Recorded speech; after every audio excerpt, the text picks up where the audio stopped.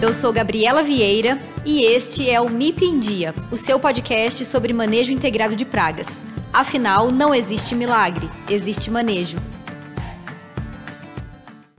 Olá pessoal, sejam muito bem-vindos a mais um episódio do MIP em Dia. Vocês já sabem, né? Já se inscreveram aqui no nosso canal, já acompanham as páginas do MIP em Dia no Instagram, no YouTube, no LinkedIn, as minhas páginas pessoais. Então, se você ainda não faz isso, se inscreva agora aqui no link, aqui na descrição do episódio você tem tudo. E olha só, quero trazer uma novidade para vocês que são ouvintes assíduos do MIP em Dia, que é o primeiro simpósio de sistemas agrícolas tropicais integrados que vai acontecer em Uberlândia no dia 30 de setembro. Em primeira mão, estou trazendo aqui para vocês e na descrição do link do episódio, nós temos o link para que vocês acessem a pré-venda dos ingressos. Tenho certeza que vai estar sensacional. Então, acessem aqui para vocês saberem mais. E sem mais delongas, eu já vou apresentar o nosso convidado. Não é surpresa, porque vocês já viram na capa do episódio quem tá aqui, né? Mas estamos com Breno Giuliatti. Breno, muito obrigada por ter aceitado participar do nosso episódio. Seja bem-vindo. Obrigado, Gabi. Top demais. O evento vai ser top. Então vamos estar lá. Exatamente. Conta com a gente. Obrigado pelo convite. Juliagro tá aqui, ó, juntinho comigo, executando o evento. Vamos trazer gente bacana aí. Muita gente. Suporte total. Boa. Breno, obrigada mais uma vez. Pessoal, deixa eu rapidamente aqui apresentar o Breno. O currículo dele é extenso, mas eu vou selecionar alguns pontos aqui. É trem, meu Deus. É trem. Como diz o mineiro, é trem. Meu Deus, é trem. Olha só, o Breno é doutor em fitopatologia e epidemiologia pela UFLA, onde ele também é mestre em nematologia e engenheiro agrônomo pela UFO, certo? Exatamente. Ele tem experiência em várias áreas, mas eu vou chamar atenção aqui para duas. Primeiro, para o manejo integrado de fitonematóides, que é o nosso assunto principal. E ele também é consultor, olha só que interessante, em fitopatologia e fitopatometria. E é um termo que para mim foi novidade. Depois eu também vou perguntar para ele o que é isso. E lida também com manejo fisiológico, a avaliação de produtos biológicos, estatística. E faz aqui, ó, atuação profissional, mais de 200 ensaios anuais com foco em eficácia, seletividade e desempenho agronômico, aqui pela Juliagro. E também atua aí em parceria com empresas nacionais, multinacionais, com foco nas culturas de soja, milho, algodão, café, cana, entre outras. Então, o currículo é extenso. E, Breno, eu já vou começar... Até parece que eu tô mentindo, né? Mas fala a verdade, gente. É verdade. Quem trabalha com regulatório, meu Deus. Meu Deus. Tem que saber de tudo isso, pelo menos um pouquinho, porque senão não vai pra frente, né? Exato. A gente aprende, né? Tem que aprender. A duras penas, né? Ao longo do caminho vai aprendendo. E é valoroso. É muito valoroso saber das culturas. Certeza. A gente tem especialidade, mas é muito bom aprender outras culturas, Sim. como elas se desempenham, né? Sem dúvidas. Isso é a oportunidade dá no regulatório. E faz parte do nosso dia a dia, né? Tudo isso. Então, é muito interessante. Antes da gente começar a falar, então, dos nematóides, que foi o motivo pelo qual eu te convidei... Opa! Conta pra gente o que é a tal da fitopatometria. Então, que legal esse termo, né? Ele impressiona. É um termo novo, cunhado recentemente, junto com a agricultura 4.0, 5.0, 6.0, depende do que o pessoal vai falar. Já tô falando que é agricultura infinita, né? Mas o fitopatometria é a parte métrica da fitopatologia, que é o seguinte: como você vai medir com precisão a quantidade de doença, de praga, de impacto. Ou seja, a evolução disso. Por isso que veio a fitopatometria, as técnicas, drone, essas coisas todas aí. Olha só, então acredito que, assim como eu, muita gente deve usar, já deve ter se beneficiado de resultados da fitopatometria, mas não sabia que esse era o termo cunhado, né? Exatamente. Isso é o termo cunhado pelo pessoal da área de mapeamento e sensoriamento remoto. Perfeito. Aí eles vêm com essa parte de metria de vegetação. Certo. E aí tem alguns artigos que falam de fitopatometria. Desde nos anos 90, o pessoal do GPS. Os militares americanos envolvidos, inclusive no desenvolvimento de satélites de mapeamento em áreas de vegetação. Olha só. Para descobrir inimigos. Isso na década de 90 já. Isso, esse trabalho começou desde os anos 70, quando os americanos usavam satélite para descobrir vegetação, estavam as bases inimigas. Olha só. E aí, nível de vegetação e mudanças de onde tem construção, eles faziam essa parte de metria. Aí foram até avaliar doenças, por exemplo, de plantas. Muita coisa doida, interessante aí. A gente vê a ligação que áreas que aparentemente não tem nenhuma relação, Uma Sim. complementando a outra, né? Sim. Que legal. Show Legal. de bola. É. Muito bem. Então vamos falar agora de nematóide? Bora, vamos lá. Vamos lá. O que são os nematóides? É. Como é que eles são classificados? É Ótimo. praga? É doença? É isso aí. Boa pergunta. Então, pessoal, fitonematóide, que nosso negócio é fitonematóide, tem o nematóide. Certo. Nematóide do nome grego, né? Nemato, que são fios. E oide, que são seres ovais de forma alongada, que são ovais. O formato. E esses animais, formato de fios, que foram descobertos, eles são relatos até de 6 mil anos atrás, que tem os nematóides, né? E aí, ao longo da evolução humana, várias culturas falaram dos nematóides. Pra vocês teriam, por exemplo, existe um relato até de Napoleão Bonaparte com nematóides. Napoleão? No século XVII, século XVIII, aonde houve bloqueios navais pelos ingleses da cana-de-açúcar. E aí não houve a tramitação de cana e o impacto da cana do açúcar na Europa. E aí qual que foi a alternativa que eles arrumaram? Beterraba açucareira. Começaram a plantar beterraba açucareira na Europa. Sim. E aí veio o Heteródera da beterraba. Caramba! Que tomou conta e matava as populações de beterraba. A produção caiu. Você vê como tem esses entrelaços da história. E é interessante porque não é a minha especialidade, então talvez por isso eu também não tenha muito afinco com a história dos nematóides. Sim. Mas a minha percepção é que os nematóides começaram a ser importantes e falados de uns tempos pra cá, né? Sim. E olha quando a gente vê a história lá do ciclo da cana e beterraba. As maldições, eles chamavam plantas que morriam espontaneamente de maldições. E aí... E a maldição era Heteródera. Provavelmente, algum deles... Todos os nematóides e doenças de solo, pragas também, né? As pragas. A gente tava comentando das pragas do Egito antes de começar aqui, né? Toda essa relação. E assim, tudo tem um fator histórico, né, Gabi? É envolvido e aí tiver o manejo. Porque o nematóide, como você falou, ele é um ser invisível. Sim. Então, muitas vezes, quando a gente tem o impacto do fitonematóide, é tarde. Porque ele tá lá escondidinho. Ele já causou o problema e a gente só vê o reflexo. O reflexo. E muitas vezes o reflexo dele, ele tá tirando aos pouquinhos, como igual um parasita, né? A gente, por exemplo, os animais, quando tem os vermes, no início parece que não tá tendo muito impacto. Ele vai emagrecendo. E ali tá o verme. É a mesma coisa que a gente, né? Vai realmente...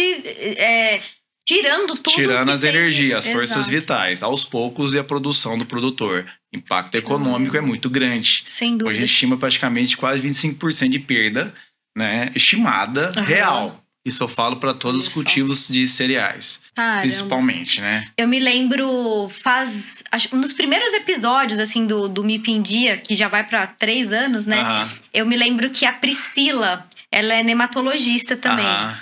Eu bati um papo com ela, a gente foi contemporânea em Londrina, ali no Paraná. Ela trouxe uma informação, um dado que ficou marcado. Não sei se eu vou falar coisa errada, porque agora é o que eu lembrei que você estava falando, mas parece assim, a cada 10 safras de soja, uma é perdida por conta dos nematóides. Sim. Você imagina? É grande, né? Coisa. Agora você falando de 25% né? Dos então, cereais. assim, hoje tem impacto, né? A gente fala desde não só na produção, mas, por exemplo, cisto, por exemplo, de algumas culturas como batata, você deprecia a qualidade da batata. A exportação, se tiver o cisto da batata, o globodera, lá na Europa, o pessoal rechaça a carga. Não é só na perda de produção, às vezes, direta, mas em qualidade. Sim. Aí você pega os nematóides também de trigo, na ponta, eles praticamente também criam, liberam também ali queda de produção e algum relaciona com os fungos, liberação de micotoxinas. Então, assim, muito impacto pelo fitonematóide. E assim, ele é invisível. Sim. Então, você não tem como... inicialmente, quando a gente não tinha conhecimento lá atrás, né? Século XVIII, XIX, até o advento da fitopatologia, as pesquisas, como a gente vai detectar isso? A gente precisa fazer a diagnose. Vocês, entomologistas, sabem muito bem, né? Vocês fazem lá o levantamento... E o nematóide não tem como fazer levantamento, porque já tá lá. Na verdade, você faz a identificação. Sim. Entendeu? É um acompanhamento. Depois eu quero até chegar nesse ponto da conversa, porque a gente tem que acompanhar as áreas, né? Sim. Então, a gente fala muito da questão do planejamento, daquele histórico que você precisa ter da área, sabendo que tem o nematóide, acompanhar como é que tá a evolução da população, né? Muito bem. E antes da gente partir para essa parte mais aplicada, vamos dizer assim, e até a gente tá agora em julho... daqui a pouco começa a safra de soja, cultura representativa que perde muito para nematóide, né? Depois eu queria também te pedir algumas dicas do produtor que está nos assistindo, o que ele pode fazer, o que ele deve fazer, na verdade. Mas antes disso, trazer um cenário, assim, dos aspectos bioecológicos dos nematóides. A gente tem praticamente 2 grupos, me corrija se eu estiver errado, sedentários e os migratórios. Endo e ectoparasita, já é o hábito, né? Isso. Como é que é esse comportamento, esse hábito e como é que isso pode impactar? É importante. Identificar qual é o nematóide e qual é o hábito que ele tem é técnica de manejo. Porque, por exemplo, são manejos diferentes para cada um. E muitas vezes o que acontece? Você tem os 2 juntos. Aí sistema. O negócio fica... Acho que na maioria das vezes, né? Na maioria das vezes. Quase 70% das áreas tem infestação mista hoje de mais de uma espécie. Olha. Por exemplo, você pega o nematóide da galha, ali da lesão radicular, igual você falou, um é migrador e o outro é sedentário. Um nematóide, geralmente, ele acaba aparecendo antes e predominando. Certo. Porém, ele abre porta de entrada para outros ou entra também doenças, como fusário, oportunista na lesão do pratilenco, nematóide, lesão radicular. O nematóide da galha, ele acaba debilitando a planta, a entrada de pragas. Sim. E também a entrada de manchas foliares, dependendo, como cercóspora, néspera, mancha-alvo. Entendi. Então, é isso. O negócio é complexo. E a gente sabe que detectar é importante. Então, tá? Se nós fôssemos resumir os migradores. Migradores.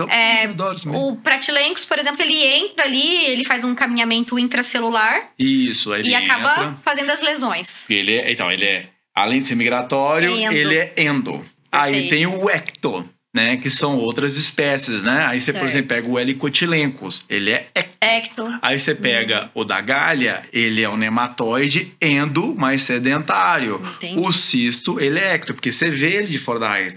O da galha, você não vê ele. Aí você vê o quê? O sinal do nematóide, que é ele, quando você vê o cisto. Quando você vê apenas o sintoma, é a galha. A galha. Então, para ver o sinal que a gente fala na fitopatologia, sinal e sintomas são diferentes. Sintoma, geralmente, é o estresse fisiológico causado pelo organismo, né? E o sinal é você ver diretamente a pústula da ferrugem, o nematóide, de fato. Perfeito. Esse é o sinal dele. Então, a gente tem que capitalizar os sinais, porque geram sintomas. É através dos sinais que a gente consegue fazer a recomendação de manejo, é o inóculo. É isso que o pessoal tem que ter na cabeça. Porque é igual vocês têm na entomologia, levantamento populacional, né? Perfeito. Olha que importante isso, pessoal, que o Breno tá comentando. Patologia básica, o pessoal esquece.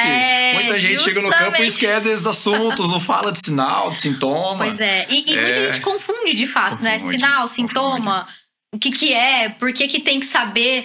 E é engraçado, assim, abrindo um parênteses, né? Eu já escutei muitas vezes, não só para esses 2 termos, mas para outros. Isso aí é só um termo, por que tem que saber?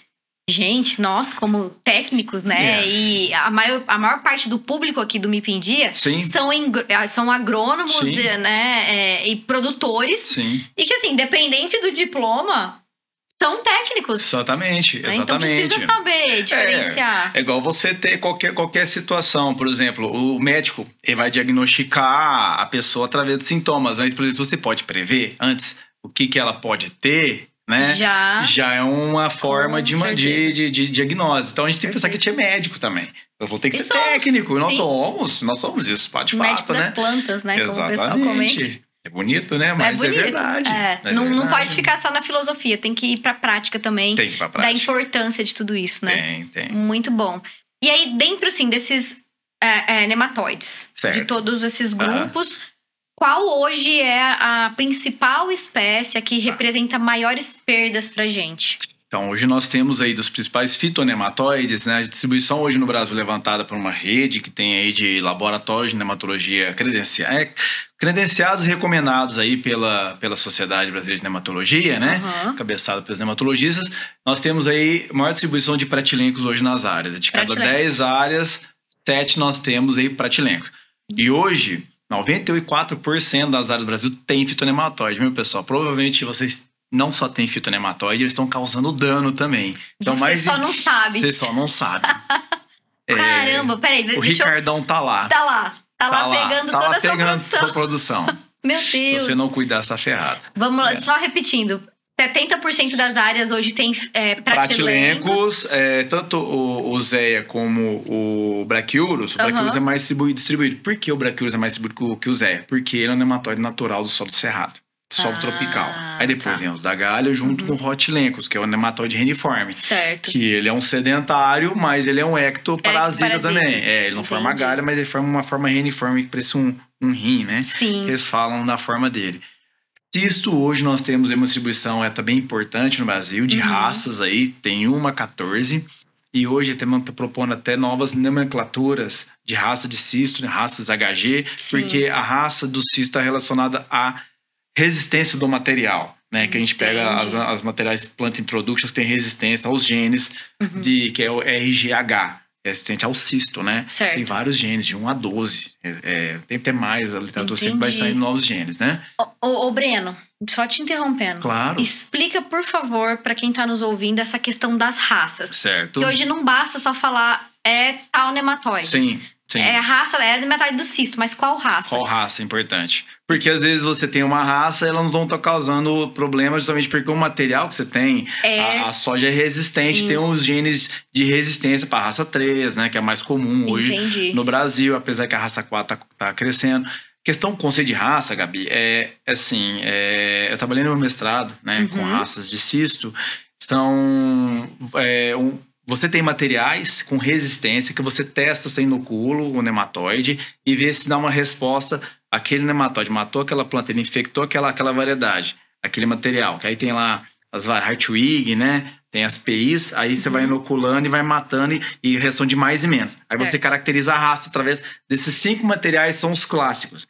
Hoje tem vários aí que você vai diferenciando as raças. Então vai a partir desses 5, que é a Lee, Hardwick, né? Que são os materiais que você faz o teste de fenotipagem. Certo. E aí você vai caracterizando a primeira raça. Só que aí, no campo, passa o tempo, as raças, às vezes, elas têm efimixia. E elas vão se diferenciando. Aquela raça 3, às vezes, você bota um material resistente, aí ela perde a frequência e aumenta outra raça de importância. Por exemplo, a raça 14+, a raça 4, dependendo da área. Então, elas vão mudando. Porque ela quebra a resistência. Entendi. No campo não existe só uma raça, são várias que elas vão se predominando. E elas podem estar na mesma população. Podem estar, geralmente estão, só que estão em frequência, que é frequência de distribuição, pessoal. É 1%, 2%, né? Na população lá tem 1% de pardos, 1% de brancos, né? 50%. Então, essa distribuição de raças, né? Entendi. Então, é importante falar que a genética, muito mais importante também que a resistência, é entender qual o alvo que está lá. Né? Então, assim, é essa questão do cisto, né? Aí tem uma proposição dos outros autores americanos para mudar isso, mas o pessoal não gostou muito. Não adotou que as raças HG. Porque as raças 1, 2, 3 são um conceito mais comum, né? E a gente trabalha mais fácil com resistência, Entendi. Né? Aí você tem o nematóide da galha, que também tem resistência genética. E pratilencos não se tem resistência, não se tem genes. E existe... Acredito que existam pesquisa. Existe. Qual que é a perspectiva? Para pratilencos, não vamos ter resistência total, pessoal. O negócio do pratilenco chama resistência parcial. Aí eu falo, Juliette, trabalho com resistência parcial. E resistência parcial, o que é resistência parcial para o pessoal entender? Resistência total e parcial. Tem um conceito. A gente vê que na natureza não existe preto e branco. Camadas de cinza. Então são vários tons. Ou seja, a resistência tem níveis. O que é resistência parcial? Resistência horizontal. Vários genes ali na planta fazendo a tolerância àquela praga doença de determinado alvo, né? E a resistência total é aquela que dá grande imunidade, né? Que não desenvolve, ela praticamente bloqueia. Certo. Isso é praticamente impossível de conseguir, mas alguns por um tempo a gente consegue algumas coisas. Mas nematóide, pratilencos, nós vamos ter que ir por esse caminho aí, resistência parcial, né? Olha só. É um conceito bem discutido na academia sobre isso aí, mas o pessoal tá vendo melhor hoje em dia porque relaciona com o metabolismo da planta. A planta produz mecanismos dentro dela, tolerância para combater nematóide. Aí tem lignina, tem enzimas, fenilanina, tem peroxidase. É muita coisa. Cera na planta, aí vai. Se a gente começa a puxar eu vou fugir do nematóide, negócio. Mas a gente sabe que os nematóides, eu falo pra você, a distribuição dele tá ampla, o helicotilenco está subindo muito, o nematóide também da lesão radicular, e o manejo dele, a gente não sabe ainda o tamanho do impacto dele hoje na agricultura. O pessoal tá estudando, né, junto com pratilencos, mas a gente suspeita aí que ele também seja um grande vetor em entrar difusário em algumas áreas, né? Então, essa distribuição hoje, mais ou menos. Então, Sim. pratilencos, os agalhas, cisto, para pareado. E o mais importante, igual você falou lá atrás, sistema. Você entra no sistema, soja, milho, predomina galha e pratilencos. Quando você entra com algodão, muda o perfil. Sim. É igual praga aí, né? Exato. Por isso a importância justamente de se analisar. Eu falo isso todo episódio. A gente chega, em algum momento a gente chega nesse ponto. Observar sempre sistema e não a cultura isolado. Porque dentro, acho que quando a gente for falar de manejo, provavelmente você vai falar disso. Dependendo da espécie de nematóide, enfim, da raça e tudo mais, sim, uma das ferramentas de manejo é justamente a rotação de cultura, né? Exatamente. Então você precisa entender o que está acontecendo sim, ali dentro daquele ambiente ao longo do tempo e não pontualmente numa safra ou outra, sim, correto? Corretíssimo. Perfeito. Corretíssimo. E o sistema hoje está contra o produtor. E infelizmente porque ele adere a algumas metodologias que os insetos são polífagos, os nematóides são polífagos. Sim. E aí, antigamente o Rotilencos, que não era parasita de soja, ele não era. Ele não tinha preferência. Hoje ele tá tendo preferência. Aí. Porque ele tem muito, algodão, tá ali disponível. Tem muito. E aí tirava o algodão, botava a soja, achava que o Rotilencos não desenvolvia. Aí começou a multiplicar. O fator de reprodução aumentou. O FR, né? Que é aquele cálculo da população inicial. Sim. E afinal você faz o fator reprodução, pessoal, acima de 1, ou seja, 100%. Você aumentou a partir disso, ele está multiplicando. Está multiplicando. E aí tem fator de reprodução abaixo de 1 que são mal multiplicadores, certo, mas multiplicam também, temos que tomar cuidado. Agora, quando você vê fator de reprodução de 10, 20, 30 vezes... Aí o bicho já fugiu com a corda. O bicho pega. Aí tá um problema. Meu Deus, complicado. Um tempo muito curto. E assim, já que a gente tá falando de fator de reprodução, culturas, pensando na safra que está se aproximando. Certo. Uhum. O que é indispensável, no seu ponto de vista, para que o produtor se atente em relação aos nematóides? A gente tá começando agora, talvez muitos já passaram, mas um período de planejamento, escolha de cultivar. O que não pode faltar para começar, assim, sem perder pro nematóide? Recapitulo o que minha orientadora me ensinou, né, na UFO, né, Maria Amélia. Quando o produtor está agindo com nematóide, já está tarde. Porque ele já perdeu o time. Aí o que ele faz? Tem que conviver. Porque nematóide você não consegue extinguir, né, zerar na área. Sim. Pode ser até possível você tentar tirar ele, só que o recurso para você zerar isso é infinito. Exatamente. No gráfico lá não é viável. Uhum. E aí agora, o que o produtor pode fazer? Nematóide está na fase, pessoal, de sobrevivência, né? Adenobiose, igual insetos, né? Fica no inóculos, ou a praga é doença no solo, pragas também as entram ali na parte de estrutura de resistência, diapausa, né? Ponto verde. Exatamente. Sim. O nematóide está na mesma fase. A adenobiose está insistando. Aí o que ele faz? Você tem que começar a planejar. E hoje o método mais rápido que você tem para trabalhar com nematóide é químico, manejo químico. Aí no passado o pessoal utilizava expurgo. O expurgo, que é o ZBC da vida lá atrás, da Zomete, as coisas aradas, eles matam os benéficos e a microbiota do solo. Desequilibra. E aí, primeiro ano pode até reduzir a população, mas segundo ano você desequilibra porque você vai beneficiar o parasita. Então, é fato, gente. A população, você elimina aqueles que suprimem no sistema, você deixa o corredor aberto. Sim. Abriu as portas pro próximo safra. Então, assim, o produtor tem que pensar assim, como é que vai ser meu manejo? E antes disso, eu preciso saber o que tem na área. Então, ele tem que fazer o diagnóstico. E o diagnóstico... Esse diagnóstico dá para ser feito agora ou ele tinha que ter feito já lá na safra passada? Nunca é tarde, sempre tem que fazer. Aí eu falo, nessa fase, mesmo que a população esteja menor, Gabi, porque a população está entrando sobre sobrevivência, sim, vai estar em menor nível. Pelo menos você vai identificar as espécies que estão lá. Né? Perfeito. E aí você identifica com os restos culturais. Importante sempre ter resto cultural, não só solo. O produtor vai lá na metodologia, né? Tenta representar a área. Eu falo, pessoal, nematóide, a distribuição dele não é agregária, é aleatória, randomizada. Então, como é que você vai saber numa área? É igual eu falo que é igual um metrô, né, com nematóide. Tem um tanto de gente ali, um tanto de gente subindo a escala, dentro nos vagões, tem concentração mais no vagão, ali na escala tem uns gatos pingados. Você tem que fazer distribuição na área. E aí tem que fazer atometria junto, para fazer a amostragem na área. Se possível, a melhor forma possível, mas tendo uma coleta agora, no início da safra. Uma durante entre safra e mais uma no final, entre as culturas ali, é o ideal. Assim, Não é o ideal, mas é o recomendado. O ideal é sempre fazer mais, né? 4, 5. Mas pelo menos essas. Pelo menos essas. Pra ter uma noção que vai ter na área. Que aí você faz a recomendação. Entra com o químico agora, um TS, aplicação de suco de plantio, que hoje é a estratégia que eu falo nas mais bem-sucedidas. Legal. Químico, choque. Aí você entra com as carboxamidas novas no mercado. Nós temos aí 2 putas carboxamidas, 2 empresas aí, 2 blockbusters top line. Um ETS e um em suco de plantio. Aí tá vindo outras no futuro, outras moléculas, né? Porém, nematicida, pessoal, vai demorar um pouco sair. Tem coisas antigas e esses mais novos. Mas são ótimos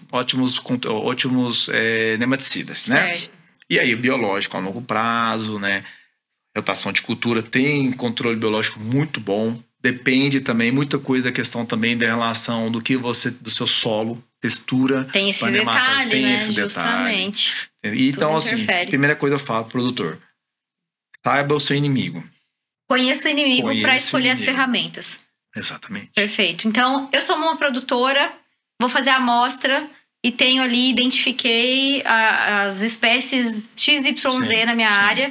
Agora eu preciso, então, identificar se tem alguma cultivar que é mais tolerante, resistente. Importante. Né? Você vai trabalhar. E não... Pelo nível populacional que você tem. Isso. E não abrir mão de produtos, sejam eles químicos ou biológicos, para conseguir combater químicos de uma forma mais rápida, né? Exato. E o biológico pensando numa construção a longo prazo, certo? A longo prazo, isso. E hoje, primeiramente, coletou a amostra, leva para um laboratório bom, pessoal, que tenham bons técnicos para identificar a população. Sim, importantíssimo. Importantíssimo. Tem a amostragem bem feita, né? E aí, a partir disso, porque a gente sabe que tem laboratórios A, B e C no mundo, né? Mas a gente leva isso, diagnostica. Aí, por exemplo, a gente tem pratilencos na área. Eu fico esperto com pratilencos por quê? Eles são os nematóides que primeiro se ativam no solo. Aí tem o J2, que é o juvenil, infectivo.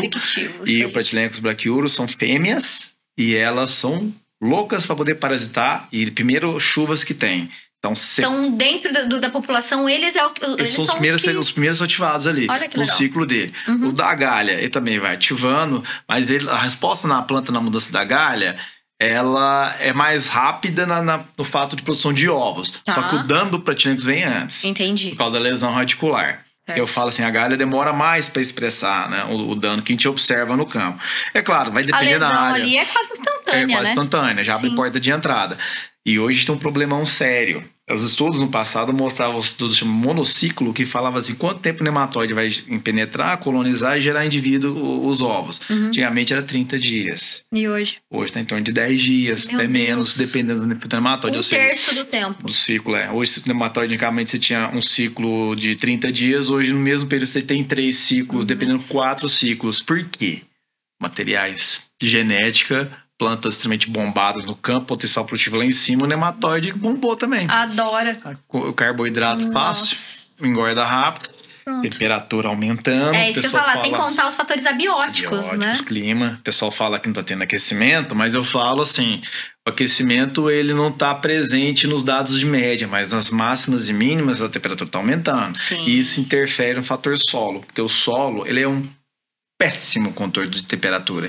Ele absorve durante o dia, demora, mas absorveu e mantém a temperatura. É aí que a população e o nematóide está ali, quentinho, maior parte do tempo, aqueceu mais, ficou mais tempo aquecido. Sim, é igual praga, você falou. Exatamente. Aí lá atrás até perguntou, nematóide é praga, é doença, é o quê? Eu falo assim, a classificação dos dois está errada. É uma área à parte. Mas ela é bem mais parecida os hábitos com pragas do que doença em si. Porque ele é um animal, né? Não é um micro-organismo. Não é um micro-organismo. Ele é, mas ele é um animal. Ele não é um organismo unicelular. Sim, né? Perfeito. Melhor colocação. É um animalzinho. Tem sistemas, né? Sistema digestivo, excretor, e nervoso. Tudo. Respira. Justamente. Tudo. Ele cruza. Tem macho e fêmea. É dioico, dependendo da espécie. Sim. Estão mais próximos aos insetos mesmo. Mais próximos aos insetos. Muito interessante. Inclusive, tem uma característica comum, que é a questão da quitina. Sim. Presente. Eu lembrei porque esses dias me veio essa pergunta. No Instagram, alguém me mandou. se realmente nematóide tinha quitina, assim como os insetos. E aí, bom, estou aqui com o especialista, mas nematóide tem quitina só na fase de ovo, Sim, né? É exatamente, isso, né? Na fase dos juvenis ali, não. A cutícula dele não tem quitina como dos insetos. Porque ele respira pela parede celular, pela célula dele. Então, se a quitina atrapalharia ele respirar. Perfeito. Aí ele tem a troca de gases e água pelo ambiente ali na pele. Diferente dos insetos que tem uma estrutura específica, que são os espiráculos, para respirarem. Muito interessante. Sim. E aí, Breno, você comentou das carboxamidas, certo? Como moléculas, ingredientes ativos importantes no manejo químico dos nematóides. O que mais nós temos de ferramentas químicas e o que nós temos de ferramentas biológicas já validadas, vamos dizer assim, para o manejo de nematóides? Tem muita coisa em nematologia que nematicida está vindo para o futuro, né, Gabi? Então, hoje a gente tem aí alguns organofosforados no mercado ainda registrados, né? Para controle geral, geralmente esses não são seletivos. Tem a própria bamectina, que também é utilizada, né? Alguns inseticidas têm efeito nematicida, que muitas vezes no passado o pessoal não observava efeito nematóide tão grande, porque alguns inseticidas que você usava DVTS, tratamento de semente, reduzia a população. Então, controlavam bem.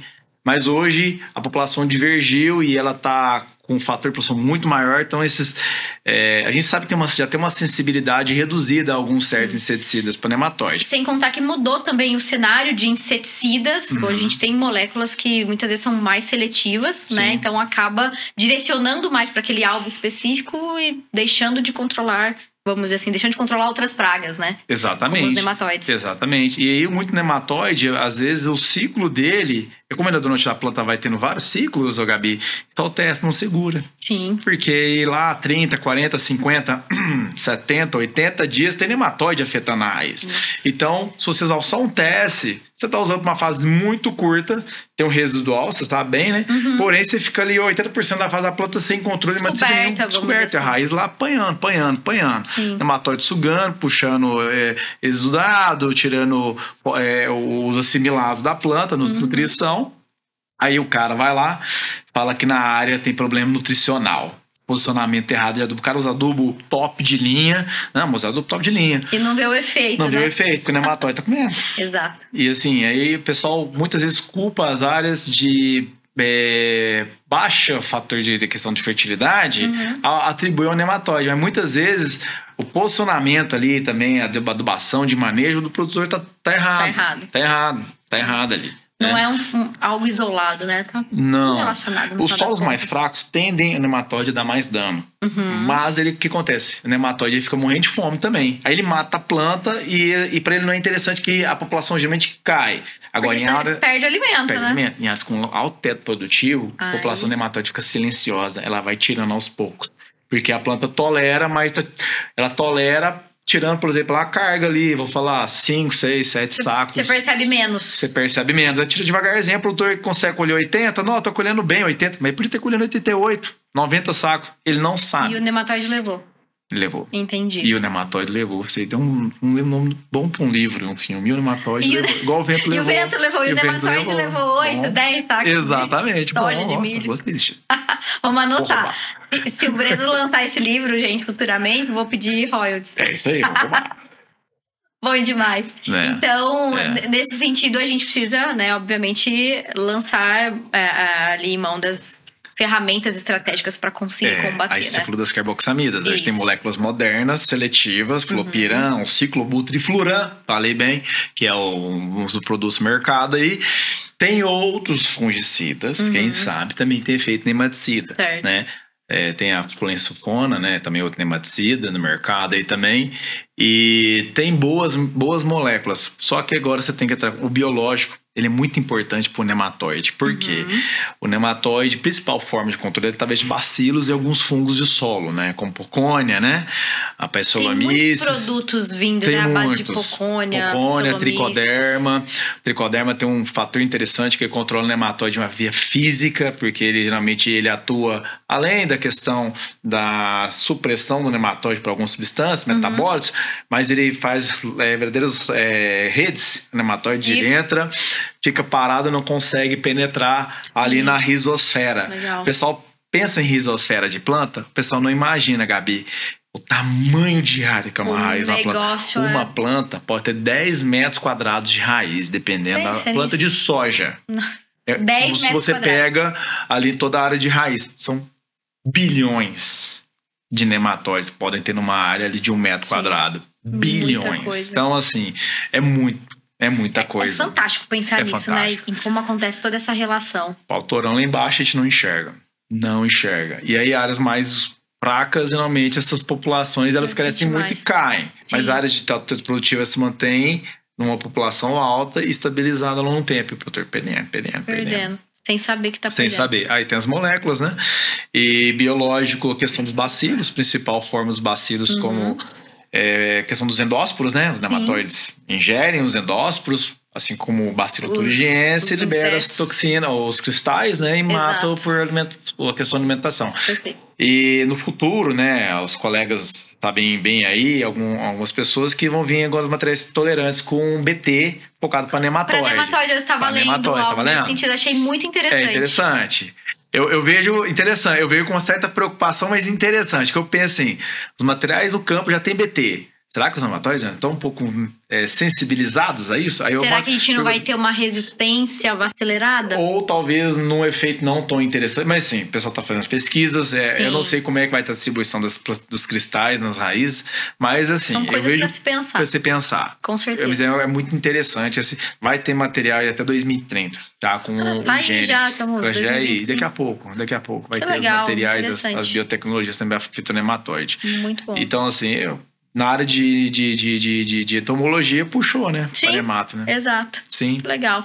E aí tá, então nós temos as químicas, você falou, eu vou falar só as carboxamidas, que pra mim é a palavra mais fácil de ser falada. É mais fácil. O restante aí dos trava-língua, eu não vou me atrever.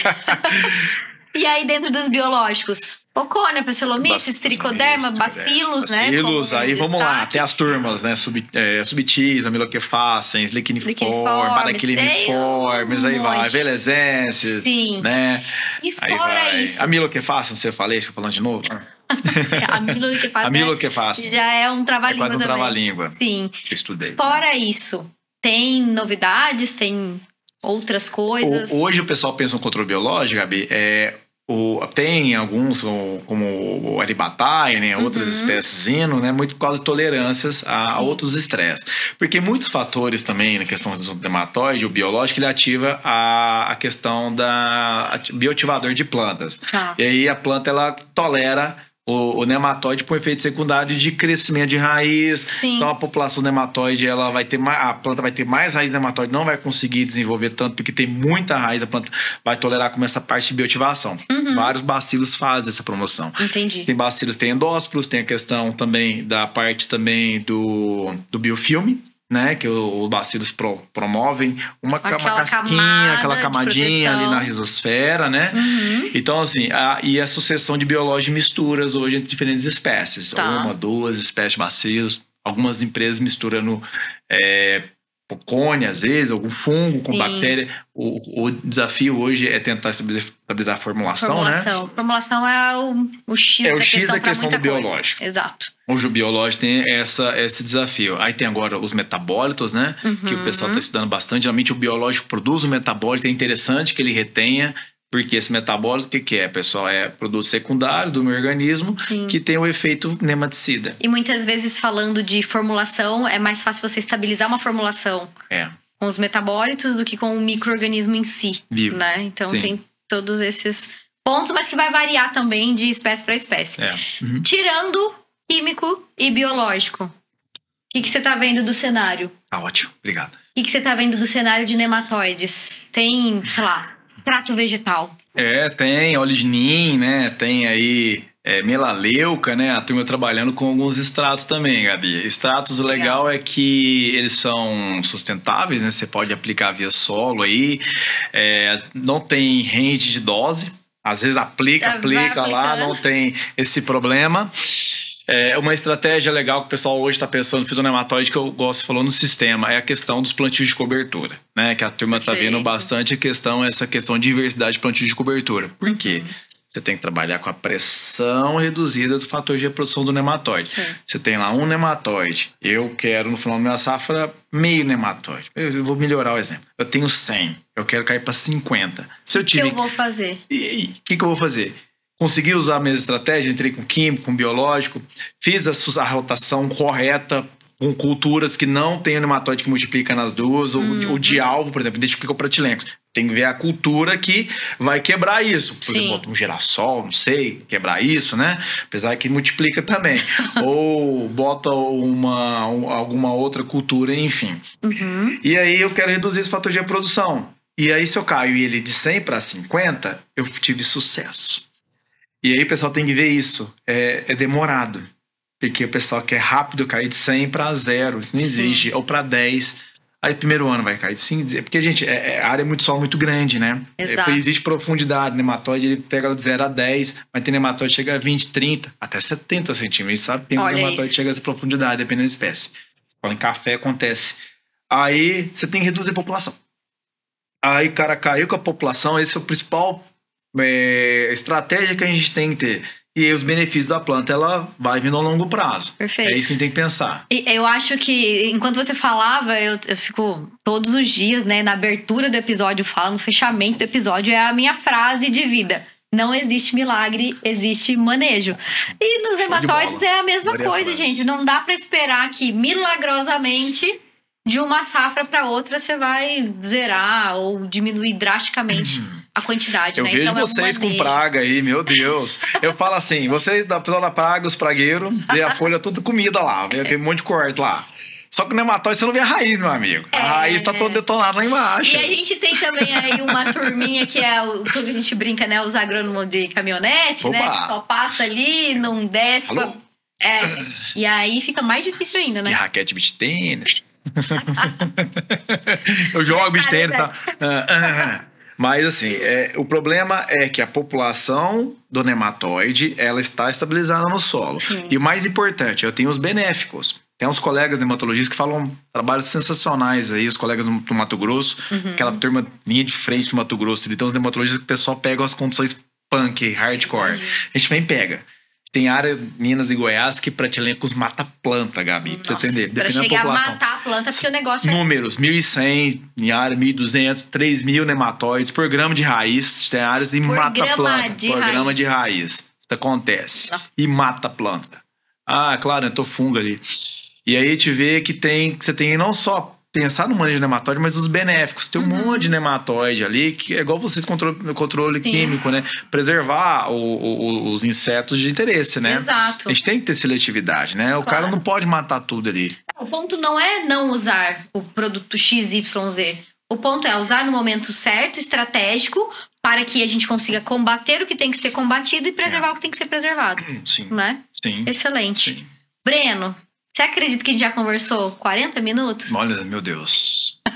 Que bom. Antes de começar o episódio, eu falei, mas será que a gente vai ter assunto pra tudo isso? A gente tem assunto aqui pra horas, né? E já fica o convite para um próximo episódio. Vamos falar de histórias, fitopatologia. É muito bom. O Breno gosta bastante de história. Eu quero depois, vou deixar aqui o convite. Eu sempre faço os convites aqui. Eu preciso assistir todos os episódios que eu já convidei as pessoas pra relembrar. Sim, sim. Mas pra gente falar só dessa questão mais de tecnologia, de drone e tal. Ótimo. Eu acho que é um tema bem interessante. É legal, é legal. Mas antes de partir pro encerramento do nosso podcast. Certo. A turma já sabe. E dentro aqui do Bate-Papo com Quem Sabe, né? Que é o nome dos episódios. Sempre trago um especialista. Tem no final uma perguntinha, né? Que é o nosso quadro muito bom, nota 2.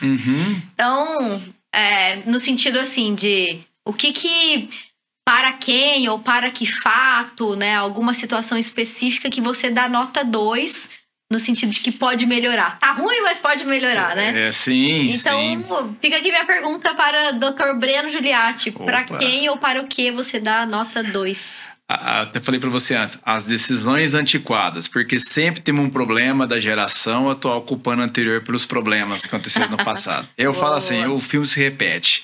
Lá atrás, o William Shakespeare falou, num livro dele, chama King's Lear, ele falava as maldições nas culturas. Isso lá 500 anos atrás quase, né? Sim. E aí a gente tá tendo hoje os mesmos problemas. Porque as pessoas, elas fecham, tampam os olhos e não tomam decisões, né? Terceiriza a culpa. Então, se eu falo nota 2, seria para as decisões antiquadas. A gente tem que estar aberto pro novo, como você falou. Com certeza. Aberto sempre pro novo, cabeça aberta. Perfeito. Olha só, gente, nota 2 para as decisões antiquadas. É isso aí.